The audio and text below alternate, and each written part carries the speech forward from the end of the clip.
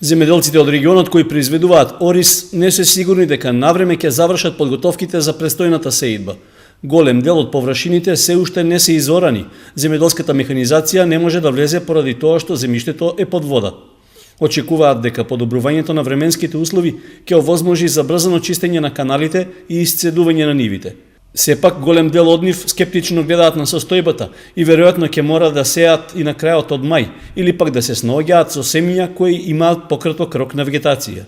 Полека оптимални рокови ќе одминува. Подготовките со механизацијата сега моментот не е подготвено од страната на водостопанство Кочани, ниту се они подготвени, ниту па ние како земјоделци сме подготвени да влеземе во нивата, прибидејќи дождовето што се го направија своето.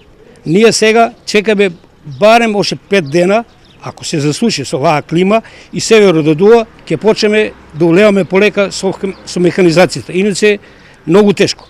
Ќе мораме ние како производители на ориз да одаме со нови сорти на семе. Пример, до сега беше Андрејата со 150 денови, а сега ние треба да тражиме некои сорти, пример, има италијански, опале и ред други, да одаме со 120, така да можеме тука да се спасеме, иначе у другиот дел е многу тешко. Се касне со подготовката за обработката на оризовите полиња, затоа интервениравме ние до Министерството за земјоделство, шумарство и водосопанство, каде наидовме на разбирање и се пуштени машини, дополнителни машини. Договорот ни е да се пуште уште негде околу 5-6 машини дополнително, да се изчисти секундарната мрежа, дел се чисти, дел ако се придржуваат на тоа да дојдат и другите машини, ќе имаме каснење на оризова сеидба, ќе имаме каснење бидејќи временските услови не дозволуваат да се влезе да се обработуваат површините, но се надеваме како оризопроизводители дека сепак со мало закаснување ќе успееме да ги насееме површините оризови. Треба сите вади да се ископат.